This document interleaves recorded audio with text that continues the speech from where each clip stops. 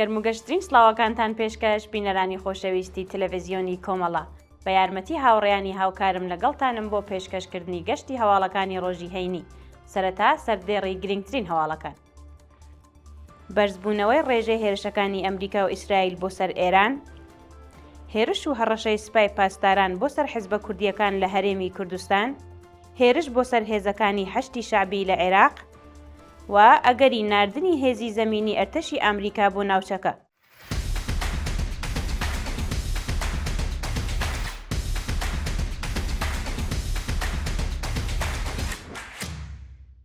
درێژەی هەواڵەکان: بەرزبوونەوەی ڕێژەی هێرشەکانی ئەمریکا و ئیسرائیل بۆ سەر ئێران.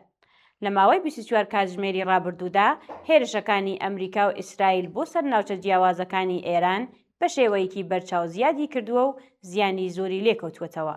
بە پێی دوایین زانیاریەکان لە یەک ڕۆژدا دەیان هێرش لە چەندین پارێزگا تۆمار کراوە کە بە تێگڕا بۆتە هۆی کوژران و برینداربوونی سەدان کەس لە هێزەکانی ڕژیم و هاووڵاتیانی مەدەنی.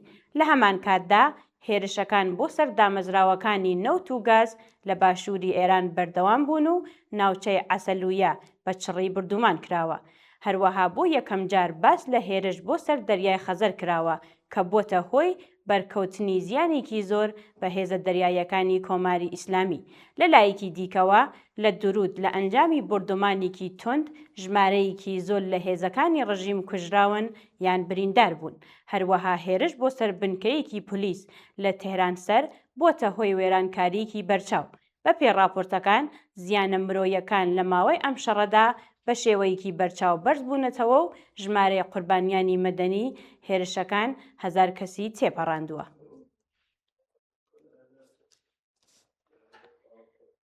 هێرش و هەڕەشەی سوپای پاسداران بۆ سەر حیزبە کوردیەکان لە هەرێمی کوردستان.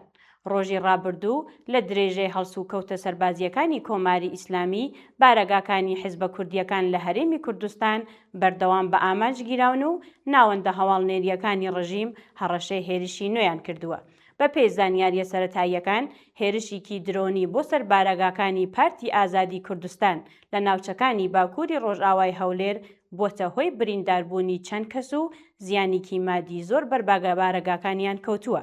هەروەها سوپای پاسداران لە هۆشداریەکدا داوای لە دانیشتوانی چەند ناوچەیە کردووە کە بەهۆی ئەگەری ئەنجامدانی ئۆپراسیۆنی سەربازی لە شوێنە دیاریکراوەکان دوور بکەونەوە. ئەم هەڕەشانە ناوچەکانی وەک جێژنیکان، سوورداش، حەریر، کۆیە و خەبات دەگرێتەوە.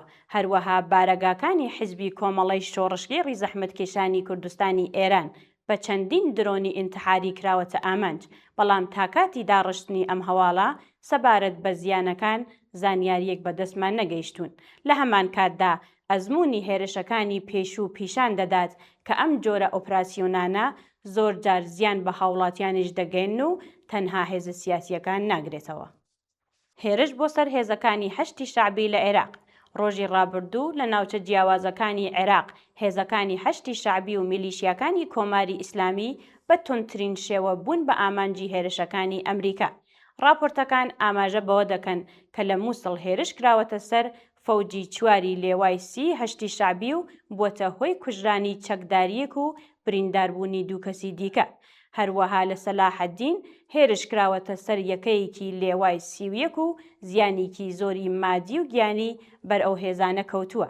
بە پێی دوایین هەواڵەکان ئەمریکا بە توندیش هۆشداری بە میلیشیاکانی کۆماری ئیسلامی عێراق داوە کە پێویستە پێش لەوەی کە هەمویان لەناو بچن چەکەکانیان ڕادەستی حکوومەت بکەن و بگەڕێنەوە ماڵەکانیان.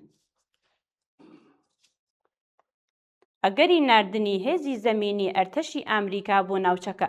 بە پێی هەواڵی گەیشتوو ئەمریکا سەرقاڵی تاوتوێکردنی پلانی ناردنی هێزی زیاتر بۆ ڕۆژهەڵاتی ناوەڕاستە.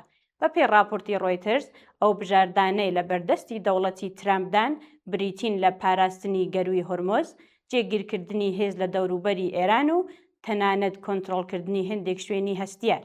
هەروەها راپۆرتێکی تر باس لە ئەگەری ناردنی هێزە تایبەتەکانی ئەرتەشی ئەمریکا بە مەبەستی زەوتکردنی ئۆرانیۆمی پێچراوی کۆماری ئیسلامی دەکات، بەڵام هێشتا هیچ بڕیارێکی کۆتایی سەبارەت بە ئەم بابەتە نەدراوە. بەیاننامەی هاوبەشی 6 وڵات سەبارەت بە پاراستنی گەروی هۆرمۆز. ڕۆژی ڕابردوو چەندین وڵات بە بڵاوکردنەوەی بەیاننامەیەک سەبارەت بە ئاسایشی گەروی هورموز نیگەرانی خۆیان دەربڕی.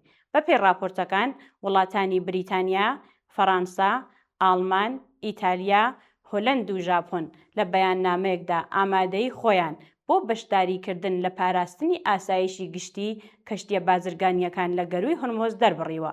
ئەوان هەروەها هوشداریان داوە کە پەرەسەندنی گرژیەکان لەم ناوچەیە کاریگەریکی ڕاستەوخۆی لەسەر بازاڕی وزەی جیهانی دەبێت. بەرزبوونەوەی ڕێژەی توندوتیژی هێزەکانی ڕژیم دژ بە خەڵک لە شارە جیاوازەکان. ڕۆژی پێنجشەممە 28 ڕەشەمە لە درێژەی فشارە ئەمنیەکاندا ژمارەیەک لە هاوڵاتیان لە ناوچە جیاوازەکانی ئێران دەست بەسەر کراون و کەسێکیش کوژراوە. بەپێی راپۆرتەکان لە پارێزگای سیستان و بەلوچستان 7 کەس دەست بەسەر کراون و کەسێک بە ناوی نعمەتوڵڵاه شەهباخش بە تاقەی هێزەکانی ڕژیم گیانی لەدەستاوە. هەروەها لە قوم و ورمێ 5 کەسی دیکەش بە تۆمەتی تێکدانی ئەمنیەتی وڵات دەست بەسەر و ڕەوانەی شوێنێکی نادیار کراون. بەپێی دوایین زانیاریەکان هێزە ئەمنیەکان و دەستگا ئەمنیەکانی ڕژیم لە ئەنجامی ئەم ئۆپراسیۆنەدا بەشداریان کردووە و زانیاریەکی ورد سەبارەت بە شوێنی ڕاگررتنی دەست بەسەرکراوان بڵاو نەکراوەتەوە. دوا هەواڵ ناردنی هاوکاری مرۆیی لەلایەن تاجیکستانەوە بۆ ئێران. ڕۆژی پێنجشەممە 28 ڕەشەمە وڵاتی تاجیکستان بەهۆی بەرزبوونەوەی ڕێژەی هێرشەکان و هەروەها خراپی دۆخی ژیانی خەڵک چەندین ترێلی هاوکاری مرۆیی ڕەوانەی ئێران کرد. بەپێی ڕاگەیاندنە فەرمیەکان کاروانێکی گەورەیەک هاوکاری مرۆیی لە تاجیکستانەوە بەرەو ئێران ڕێکخراوە کە زیاتر لە هەزاران تۆن مەوادی پێویست لەخۆ دەگرێت. ئەم هاوکاریانە بریتین لە دەرمان، کەلوپەلی پزیشکی، خواردن، جلوبەرگ و چادر و کەلوپەلی سەرەتایی ژیان.